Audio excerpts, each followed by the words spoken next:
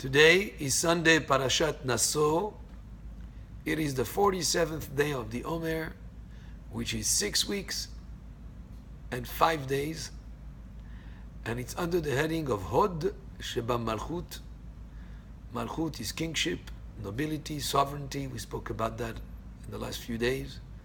It's not just sovereignty over people or over a certain project, but also sovereignty over the person himself.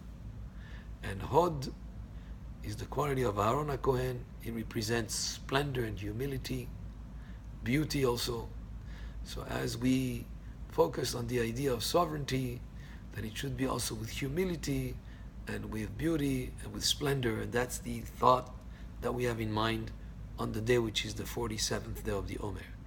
It is also the first of the 3 days of Hagbala.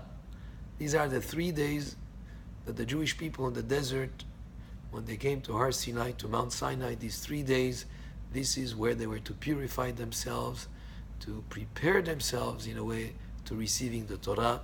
And we continue in every generation to have these 3 days under a special anticipation of receiving the Torah and purifying our minds, purifying ourselves, preparing ourselves to receiving the Torah. I'd like to share with you a short story that I read recently about the Magid Mesharim. When he was very young, he lived in a city next to the harbor. And every day he would go to the sea. He was very impressed by the boats coming, unloading all their merchandise. But he noticed something that seemed to be strange. And what he noticed is the boats, after they unloaded all their merchandise, the boats would be loaded up with big rocks before they left the harbor again to go on their next voyage. And he saw this happening several times. Finally, he asked the person in charge there, I see you loading up big rocks. You're going to another land. Don't they have rocks over there? Why do you need to take rocks from here? And he was told that a boat, to be stable in the water, needs to have a third of the boat inside submerged in the water. But in order for the boat to be submerged in the water for that extent, it needs to have weight. Now there are many harbors that as you deliver merchandise, you pick up merchandise, and then that merchandise makes the boat again submerge, and then the boat can be stable as it goes on its next voyage. But that city where the harbor was, that the Magid Mesharim was, didn't have much merchandise to send back out. So the sailors had to put rocks to make the boat heavy. And that made sense. But later in life, the Magid Mesharim understood a principle that is very important as we get closer to the holiday of receiving the Torah. And the following principle is very important to keep in mind. Our mind, ourselves, we're busy with different things.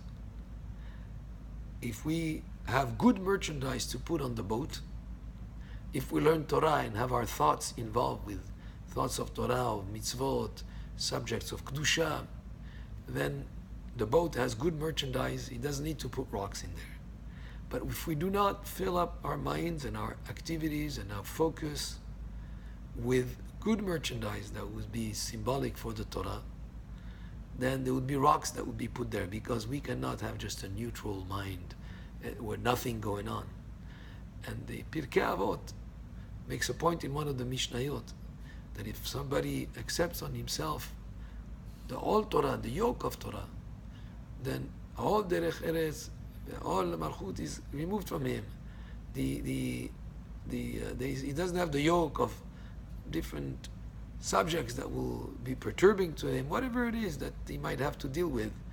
It's not something that he'll have to deal with because he has already the all of Torah. But if he doesn't put the all of Torah on him, if he doesn't involve his mind in learning Torah, then his mind might get busy with other futile pursuits and other subjects, and maybe some difficulties, some challenges in life.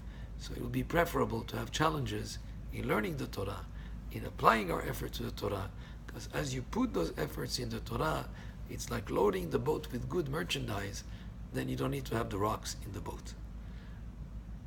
And this is an important principle to keep in mind as we get closer to the holiday of Shavuot, the holiday of Matan Torah.